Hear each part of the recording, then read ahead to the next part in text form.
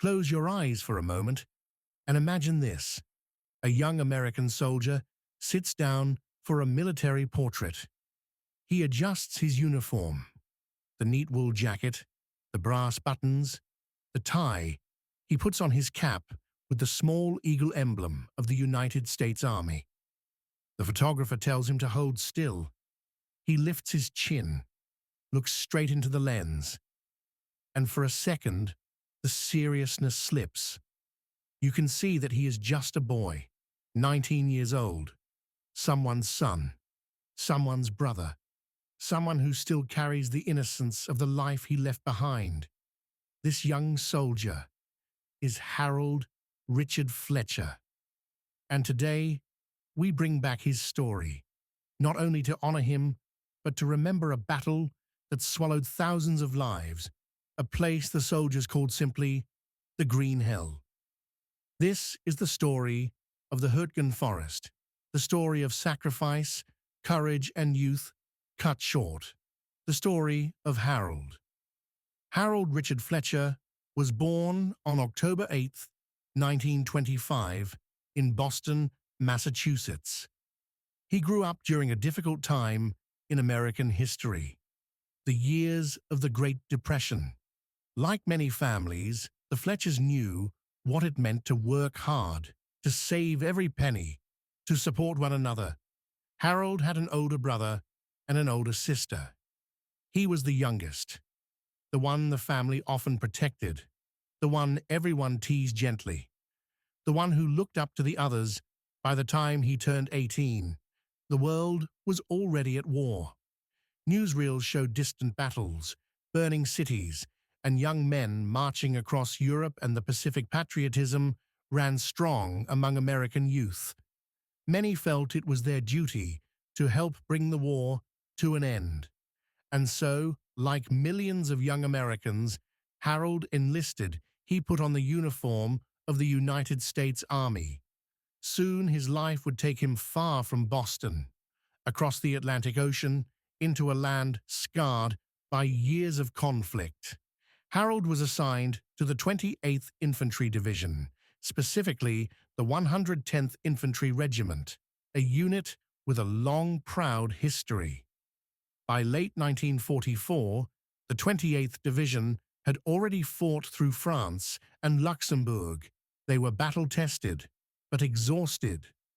As autumn turned to winter, American forces pushed toward Germany. Their goal was to break through the Siegfried Line, a massive defensive barrier of bunkers, traps, and fortifications, and between the Americans and that line stood a massive ancient forest, the Hürtgen Forest. To the commanders on the map, it was just a region to be crossed. To the soldiers on the ground, it soon became one of the most terrible places they had ever seen. The Hürtgen Forest stretched for miles, thick, dark, cold. The trees were tall and tightly packed like pillars of a cathedral. Sunlight rarely reached the forest floor. Fog and smoke settled between the trunks, turning everything into a gray, ghostly haze. The quiet was deceptive. Every sound could be a warning. Every footstep could mean danger. Here is what made the forest so deadly: the terrain. The ground was uneven, steep, covered in slippery leaves and deep mud. Men stumbled, fell, or lost their footing while carrying heavy gear. The trees and tree bursts, German artillery shells, exploded in the treetops. The branches turned into flying knives, splinters of wood that tore through clothing, flesh, and bone. Soldiers said tree bursts were more terrifying than bullets. There was no hiding from them. German fortifications.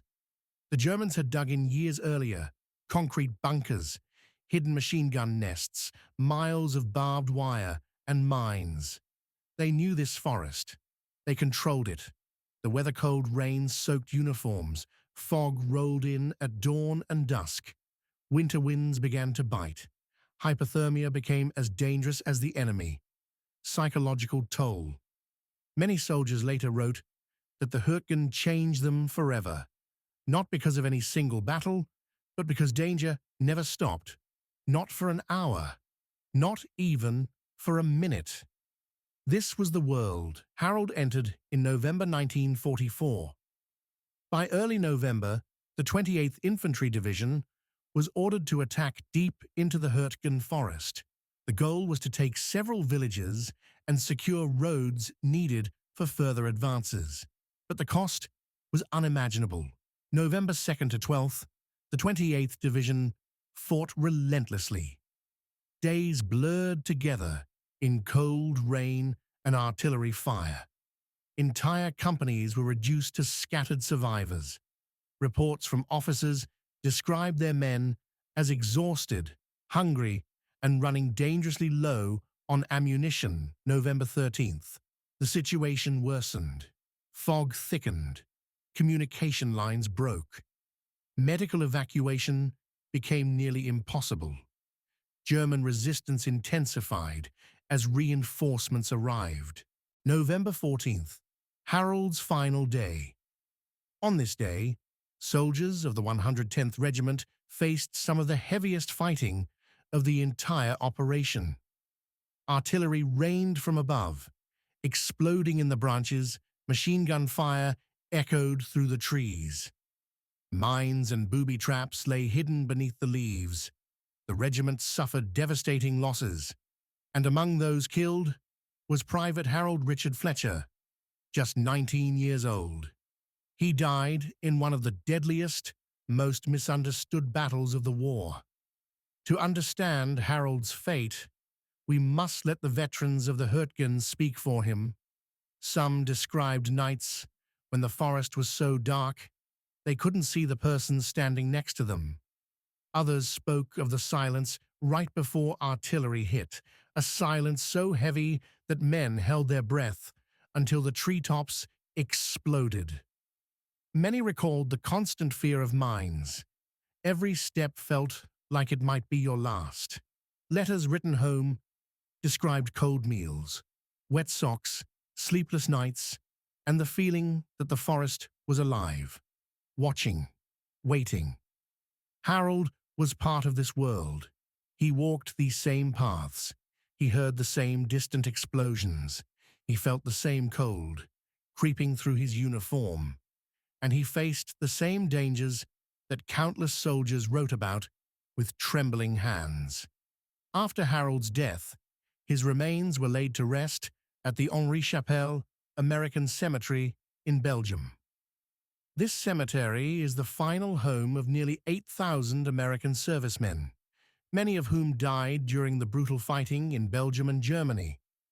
Rows of white crosses and stars of David stretch across the green hills. Each one represents a story, a family, a dream that ended too soon. Harold is there among them, forever 19. Today, visitors walk past his grave. Some know his name, most do not. But every person who stops, even for a moment, honors him. And that matters. Harold Richard Fletcher never saw the end of the war. He never returned to Boston. He never grew old, never had a family, never lived the future waiting for him.